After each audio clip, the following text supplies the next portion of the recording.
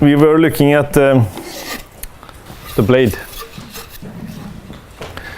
We defined the chord length of the blade. We defined the angle of attack, and we defined the three velocities, defining how this turbine blade will act on a rotating turbine. I'll turn this off.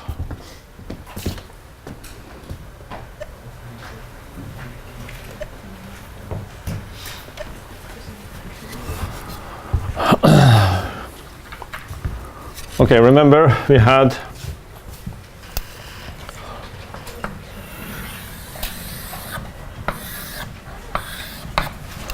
a blade in the rotating plane. Now we are cutting the blade on the side.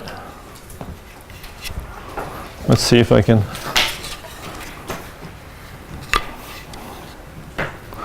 I am the wind wheel. We have cut one blade in the side, and we're looking into the end of the blade. The blade is rotating upwards. Remember that? But imagine yourself sitting on that point of the blade. When you rotate, you will feel wind velocity coming towards you. So that's what we called R times omega. R is the radius at that point you're sitting. Omega is the angular velocity.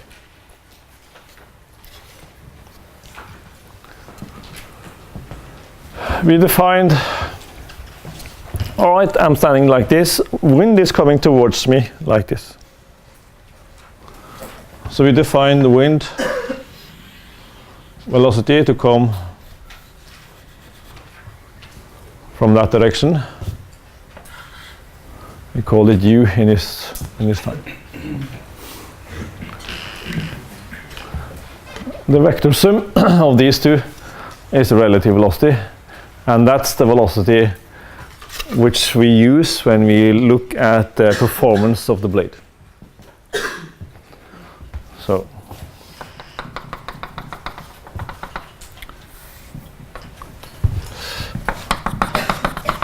this is the chord line.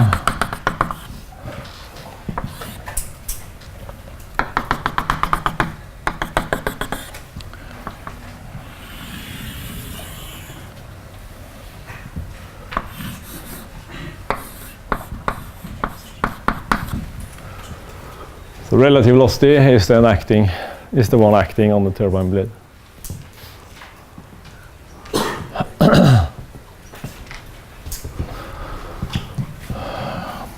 The angle of attack is the angle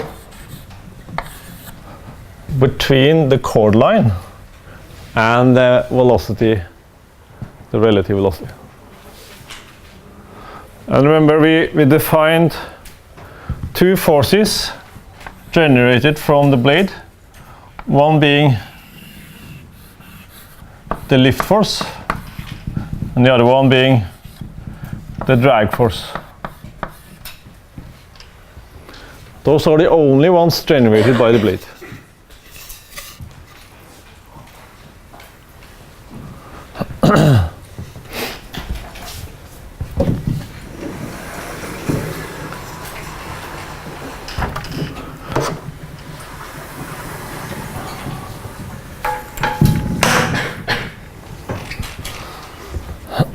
Okay, in order to make the turbine work, we needed to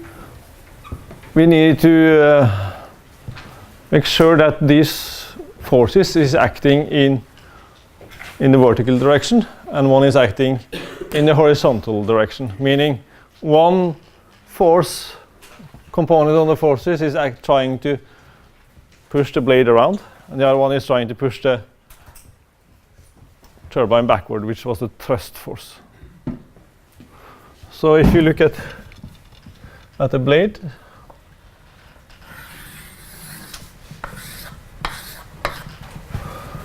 we generate one force in that direction and a huge one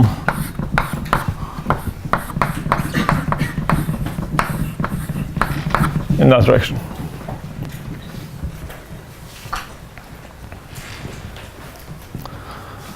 This is the one, that force acting here is the force we are going to focus on. We will have that one, we can't do anything about it, it will be there. But for us in this class, we are going to focus on the force trying to pushing the turbine runner or blade around.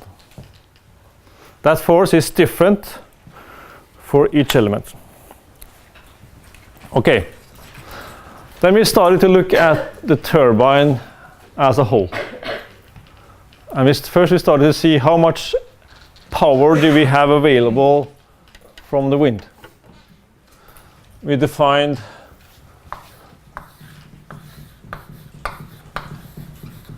power equals density half multiplied by the wind velocity in the power of 3 multiplied by an area of the turbine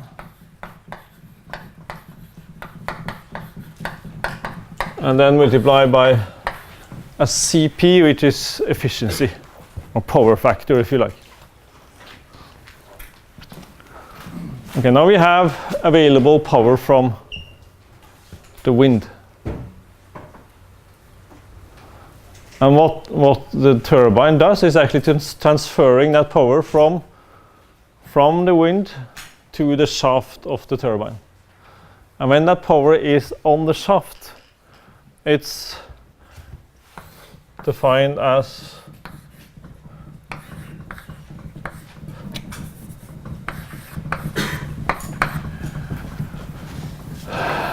angular velocity multiplied by torque.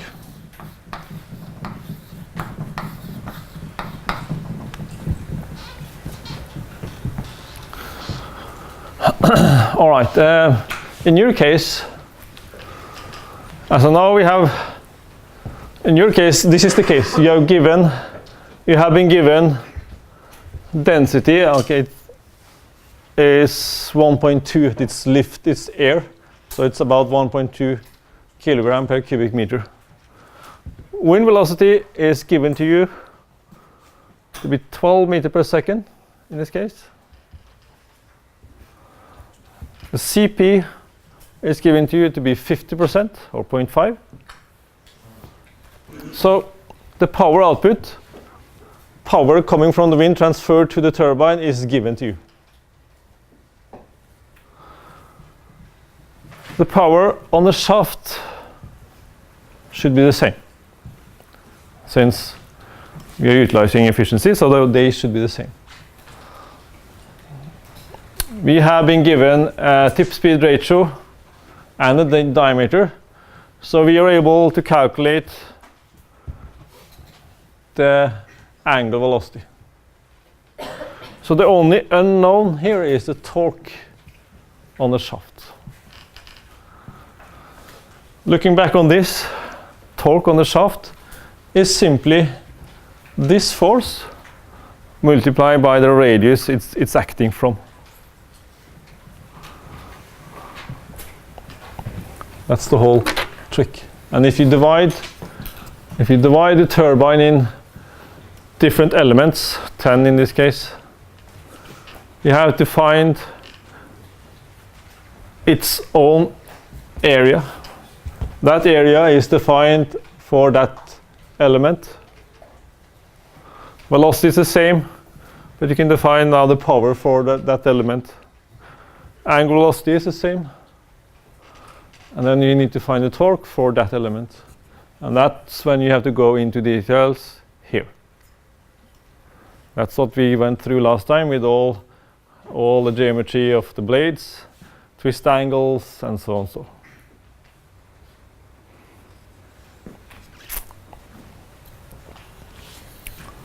Any questions about this?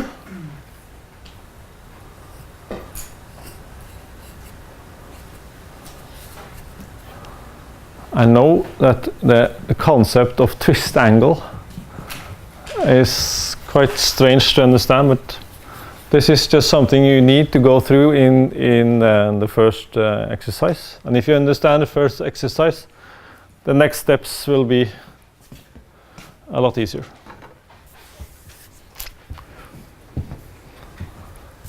Okay,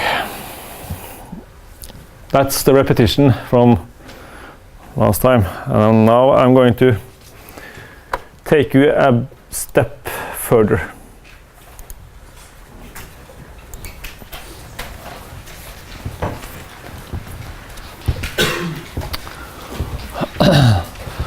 I'm going to start with the end, what I'm aiming for.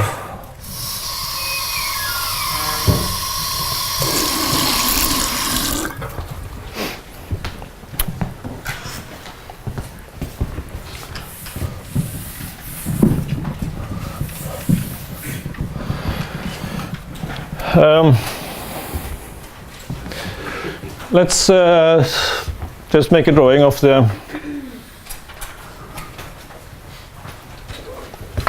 triangle we have been talking about.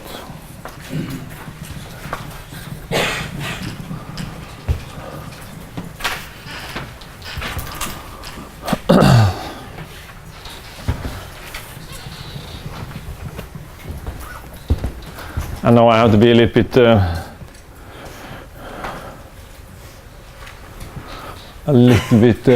cautious, because this book, now I'm going to follow this book, the compendium that is given to you, and I'm going to use the notations given in this book. Those are a little bit different than the introduction I had. So, the peripheral velocity is now defined as r times small omega. The wind velocity is given as v, and then the relative velocity is given as w. That's the difference. But bear that in mind now. From now on we will use those notations.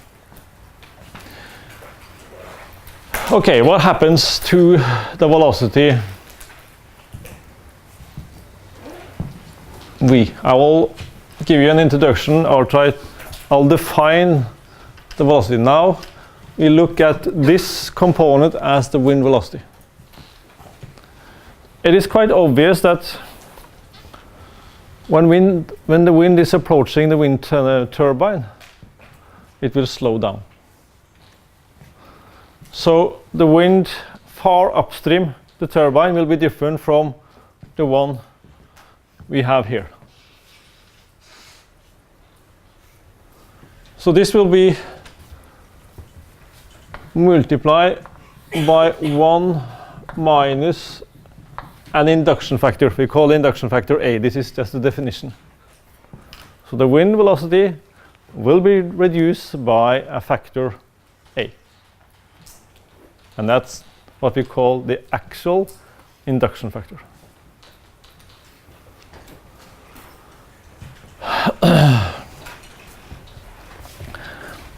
The rotational velocity will also change,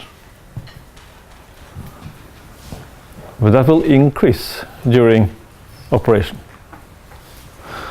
So this component will increase by the tangential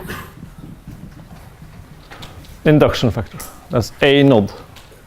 So the aim today is to introduce those two things and then to explain how the velocities will change. That is my target today.